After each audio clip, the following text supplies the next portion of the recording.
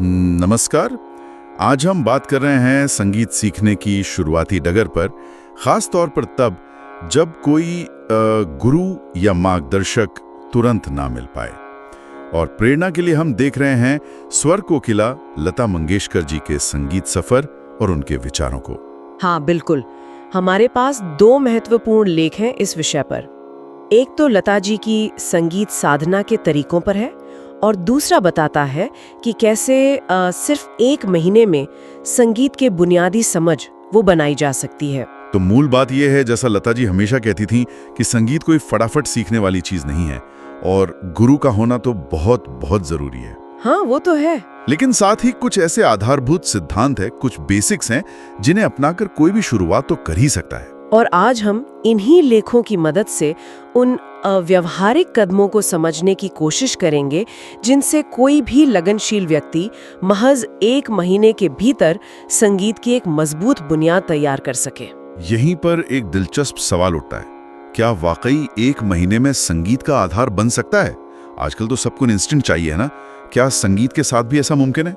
देखिए, एक महीने में कोई संगीत सम्राट तो नहीं बन जाएगा, ये बात तो साफ है। हाँ, उसको जाहिर है। लेकिन इन लेखों का तर्क है कि एक ठोस शुरुआत, एक नींव वो जरूर रखी जा सकती है, और अगर नींव मजबूत हो तो उस पर इमारत भी बुलंद खड़ी होती है।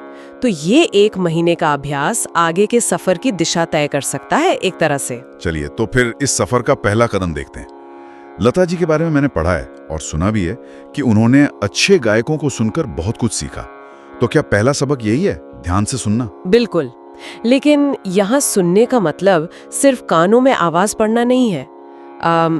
इन लेखों में जोर सक्रिय श्रवण यानी एक्टिव लिसनिंग पर है। एक्टिव लिसनिंग मतलब है रोजाना कम से कम 1-2 घंटे पूरी एकाग्रता से अच्छे गायकों को सुनना, ध्यान लगाकर सुनना कि वो क्या कर रहे हैं, कैसे गा रहे हैं। अच्छा, और इसमें शास्त्रीय और फिल्मी दोनों तरह के गायकों को सुनने की बात कही गई है। इसकी कोई खास वजह?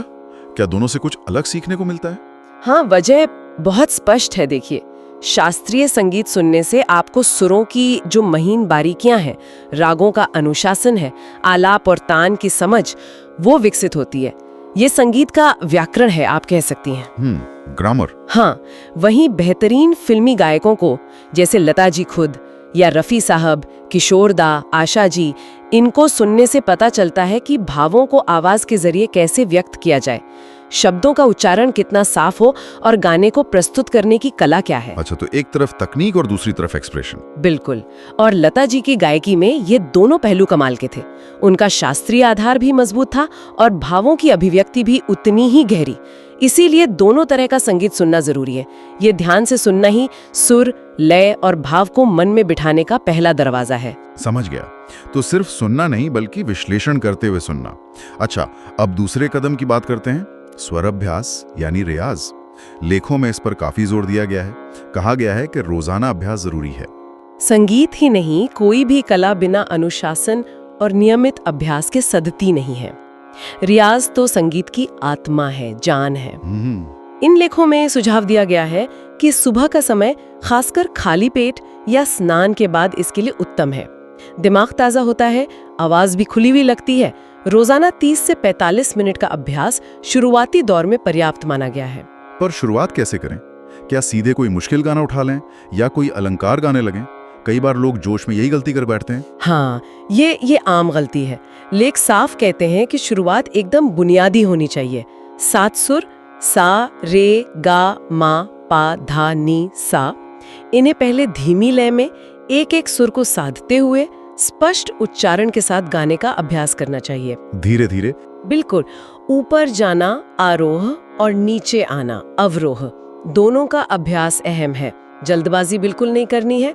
हर सुर अपनी जगह पर लगे, ये जरूरी है, ठहराव के साथ। और इसमें सा पर खास ध्यान देने को कहा गया है। सा ही क्यों? ये इतना महत्वपूर्ण क्यों है?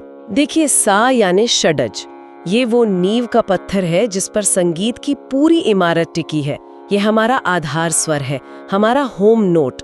अगर सा ही पक्का नहीं होगा, डामाडोल होगा, तो बाकी सुर कहाँ टिकेंगे? सही बात है। लता जी के बारे में कहा जाता है कि उनका सा एकदम अचूक और स्थिर होता था, पत्थर की तरह।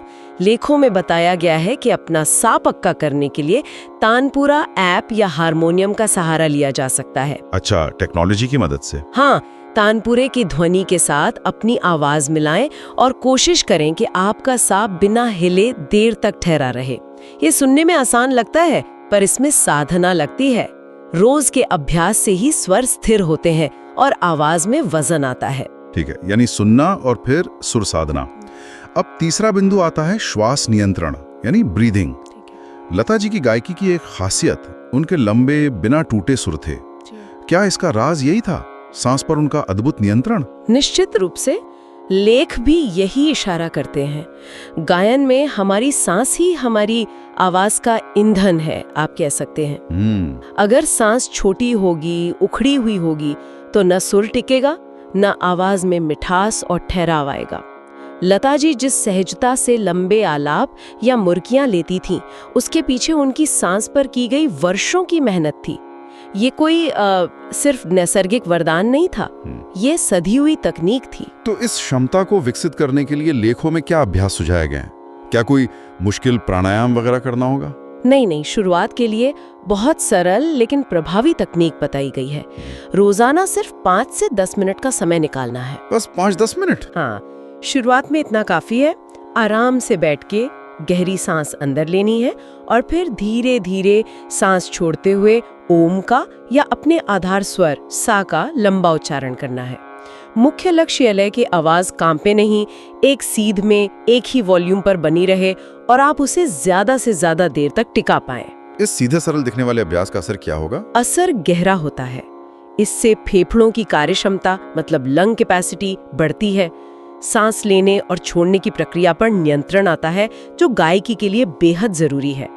आवाज में एक स्थिरता और ठहराव आता है। लंबे वाक्यांश या आलाप गाने की क्षमता विकसित होती है। ये आवाज की गुणवत्ता और सहन शक्ति यानी स्टैमिना दोनों को बेहतर बनाने का एक बुनियादी व्यायाम है। सुनना, सुर साधना और सांस पर नियंत्रण, ये 3 स्तंभ हो गए। अब चौथा है लय का अभ्यास। संगीत सिर्फ सुरों का जादू नहीं है, ताल का गणित भी उतना ही अहम है ना? एकदम सही कहा। सुर और ताल ये संगीत रूपी गाड़ी के 2 पहिए हैं। एक भी डगमगाया तो गाड़ी लड़खड़ा जाएगी। लता जी की गायकी में सुर जितने पक्के थे, लय की पकड़ भी उतनी ही मजबूत थी। वो कभी ताल से हटती नहीं थी। लेखों में कहा गया है कि शुरुआती दौर में लय की बुनियादी समझ विकसित करना बहुत जरूरी है। तो इसके लिए क्या करना होगा? क्या तबला या कोई और ताल वाद्य सीखना पड़ेगा शुरू में? नहीं, शुरुआत में इसकी जरूरत नहीं है। लेखों में एक बहुत ही व्यावहारिक तरीका सुझाया गया है। कुछ सरल और आम तालों से परिचय करें, जैसे 6 मात्रा की दादरा या 12 मात्रा की एक ताल। ये काफी इस्तेमाल होती हैं। दादरा एक ताल, हाँ सुना है। इनके ठेके को हाथ पर ताली देकर बजाने का अभ्यास करें। इसमें ताली कहाँ पड़ रही है और खाली, जहाँ ताली नहीं पड़ती पर मात्रा गिनी जाती है, कहाँ आ रही है, इसे समझना महत्वपूर्ण है। ताली खाली का पैटर्न समझना। हाथ पर ताली देने से लय की समझ कैसे बनेगी? मतलब गाने में कैसे मदद मिलेगी? इसका मकसद है आपके अंदर एक लय बोध या रिज्म सेंस जगाना। जब आप धीरे धीरे कोई सरगम या गीत गाने की कोशिश करेंगे, तो यह अभ्यास आपको ताल के साथ चलने में मदद करेगा। आप महसूस कर पाएंगे कि गाने की शुरुआत ताल की किस मात्रा से हो रही है। सम यानी ताल की पहली और सबसे महत्वपूर्ण मात्रा कहाँ आ रहा है। अच्छा, वो सम पर आना। हाँ, वो बहुत जरूरी है। इससे आपका ध्यान सिर्फ सुर पर नहीं बल्कि लय पर भी रहेगा। यही सुर और ताल का संतुलन संगीत को सुरीला और सुनने में आनंददायक बनाता है। ये सारे कदम तो बहुत ठोस और करने योग्य लग रहे हैं। सुनना, रियाज, सांस और लय। अब 5वां कदम थोड़ा अलग है। ये इंट्रोस्पेक्शन जैसा है, अपनी आवाज को रिकॉर्ड करके सुनना। ये सलाह भी लता जी से जोड़ी जाती है। हाँ, और ये आत्मविश्वास और सुधार का एक बेहद शक्तिशाली जरिया है। अक्सर हम जब गाते हैं तो अपनी ही आवाज के मोह में होते हैं, है ना? हमें अपनी कमियां उतनी साफ सुनाई नहीं देती। लगता है सब बढ़िया चल रहा है। हाँ, ये तो होता है। लगता है मैं तो बहुत अच्छा गा रहा हूँ। बिल्कुल, लेकिन रिकॉर्डिंग सच का आईना दिखा देती है। लेख यही सुझाव देते हैं, रोज जो भी अभ्यास करें, चाहे वो स्वर साधना हो या किसी छोटे गीत को गाने का प्रयास उसे अपने फोन पर रिकॉर्ड कर लें। आजकल तो फोन सबके पास है। हाँ, बहुत आसान है। फिर बाद में इत्मीनान से सुने, एक बाहरी श्रोता की तरह। ध्यान दें कहाँ सुर अपनी जगह से हटा, कहाँ लय में गड़बड़ हुई, क्या शब्दों का उच्चारण साफ था, सांस कहाँ पर टूटी या कम पड़ी। ये सारी बातें रिकॉर्डिंग सुनने पर ज्यादा स्पष्ट रूप से पकड़ में आती हैं। और एक बार कमी पता चल जाए तो फिर उस पर काम करना आसान हो जाता होगा। यही इसका सबसे बड़ा फायदा है।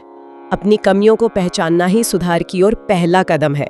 जब आपको पता होगा कि अगले दिन के रियाज में किस खास पहलू पर ज्यादा ध्यान देना है, तो आपका अभ्यास ज्यादा केंद्रित और प्रभावी हो जाएगा। ये प्रक्रिया लगातार करने से धीरे धीरे गायकी में परिपक्वता और निखार आता है। बहुत ही उपयोगी तकनीक है ये। अच्छा, अब हम आते हैं छठे और अंतिम लेकिन शायद सबसे गहरे बिंदु पर, संगीत के प्रति भक्ति और समर्पण का भाव। कहा जाता है लता जी संगीत को सिर्फ एक पेशा या मनोरंजन नहीं बल्कि साधना मानती थीं। ये नजरिया, ये मनोदृष्टि ही बुनियाद है। लेख इस बात पर बहुत जोर देते हैं। अगर संगीत को सिर्फ एक हॉबी या कुछ समय बिताने का जरिया माना जाएगा तो शायद आप एक सीमा तक ही जा पाएंगे, लेकिन अगर इसे एक साधना, एक पूजा, एक इबादत की तरह अपनाया जाए जैसा लता जी करती थीं, तो सीखने की पूरी प्रक्रिया का स्तर ही बदल जाता है। उसमें एक गहराई, एक ईमानदारी आ जाती है। यानी ये सिर्फ तकनीकी अभ्यास का मामला नहीं है बल्कि एक मानसिक, एक आध्यात्मिक जुड़ाव का भी है। निश्चित रूप से संगीत धैर्य मांगता है, रोज की निरंतरता मांगता है। कभी अच्छा लगेगा, कभी निराशा होगी, कभी लगेगा कुछ हो ही नहीं रहा। अपनी कमियों का सामना करना, उन पर काम करना, रोज सुबह उठकर रियाज पर बैठना, ये सब बिना गहरे समर्पण और संगीत के प्रति श्रद्धा के मुमकिन नहीं है। संगीत सिर्फ गले या उंगलियों का हुनर नहीं है, ये रूह का मसला भी है।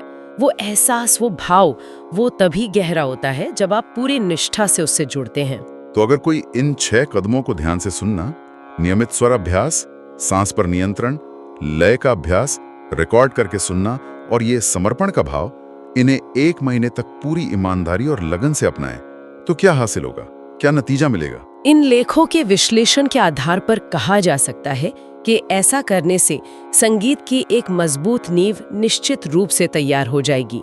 आवाज में पहले से ज्यादा ठहराव और सुरों की समझ बढ़ेगी, लय की बेसिक समझ विकसित होगी, अपनी खामियों को पहचानने और सुधारने की आदत बनेगी और सबसे महत्वपूर्ण, संगीत सीखने का एक सही दृष्टिकोण और आत्मविश्वास पैदा होगा।